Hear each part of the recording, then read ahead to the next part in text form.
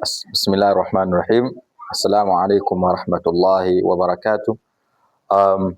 Welcome back, as I did promise from the previous introduction, yani about al-Madda, Tarbiyatul Islamiyya, the Islamic upbringing. As we spoke about the number one, we said this number one, Huququllah Ta'ala ala ibadihi, the rights of Allah subhanahu wa ta'ala upon the ibad, upon the servants, upon the worshippers. Here ibad is from ibadah, then the worshippers. The rights of Allah subhanahu wa ta'ala upon those who worship him, meaning upon those servants of him. Here, the rights that we are talking about here, before we go to the rights of Allah subhanahu wa ta'ala, about what we do, what Allah needs us to do. One, we find the creation of Allah subhanahu wa ta'ala in the Quran. Before we come to the right, Allah's rights, let's first find out where did Allah subhanahu wa ta'ala take us from.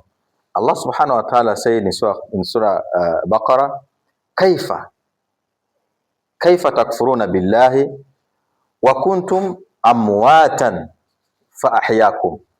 How? This is Allah subhanahu wa ta'ala started with kaifa, then uslub ta'ajjub. This one is a style of being shocked. Allah subhanahu wa ta'ala was astonished by starting with kaifa. To be astonished, how come? Takfuruna billah. How come you disbelieve in Allah? How come you deny Allah subhanahu wa ta'ala? How come you don't worship Allah subhanahu wa ta'ala?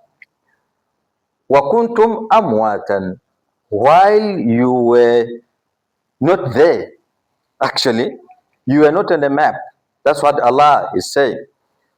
Kunta mayitan, you were before a dead person, because from the three categories of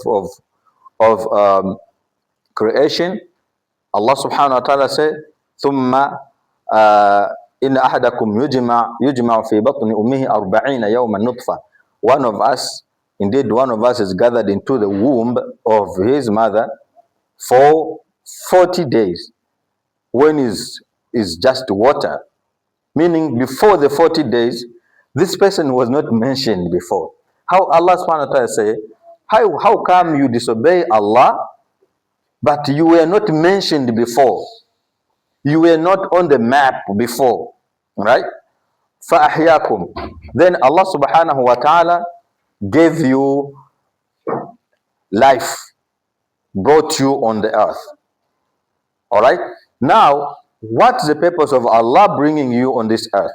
We're going to find out that here, Allah subhanahu wa ta'ala, for him being have brought you on this earth, there is a reason. Reason number one, he said, وَمَا خَلَقْتُ الْجِنَّ وَمَا nafi, mimun nafi, that I did not create al-jinn, the jinnads, or the jinn, wal-ins, and the mankind. I did not create jinn kind and mankind. Illa, this is ithbat. Illa liya'budun, except that they should worship me. May Allah subhanahu wa ta'ala make it easy for all of us. So we have seen that Allah subhanahu wa ta'ala created us for a purpose. The purpose of Allah creating us is al-ibadah, is worshipping him alone. And then the ta'ajjub, be careful. Allah is shocked when he see you and me not worshipping him. Allah is shocked when he see you and me when we are here on the earth and our goal is to get rich. Yes, it's not bad to be rich, but we are focused on getting rich and adding more and more, and then you forgot about Allah subhanahu wa ta'ala. you forget about Allah who created you. Then, when you forget the purpose, you have forgotten the core of you being created. Then, us being created by Allah subhanahu wa ta'ala, our major point is actually to worship Him. If we don't worship Him, the consequences we're gonna find it in the next parts of this lesson. So, how do you find out? Here we are speaking about a Christian, we are speaking about the Orthodox, Apostle, and the ZCC. All those the Christian, the Zion Christian Church. We are speaking about all those religions. But how will you know? Wallahi, really, indeed, in most cases, you will find that everyone knows Allah naturally. How will you know that there is Allah besides your sangomas? Sangomas, these are the traditional healers. Besides the muti or the medicine they gave you, besides all those things, besides your ancestors, how would you realize that there is Allah naturally?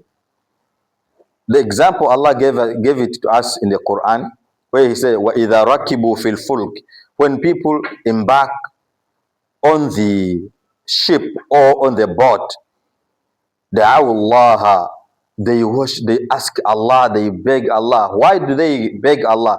Because there's mawj, there's waves are pushing the ship left and right, north, south, there's no direction. Everyone starts asking Allah, please. Everyone's asking Allah from his own way, or is asking Allah in the way that he understands. He's asking Allah subhanahu wa ta'ala, is praying to his God. He forgets the ancestors, he forgets the medicine he got from the black the witch doctor. He forgets everything, but he starts saying, if I can reach on the shores of the sea, I will thank Allah.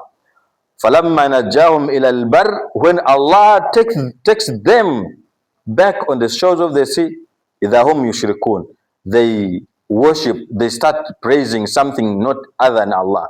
Let's go back to that part.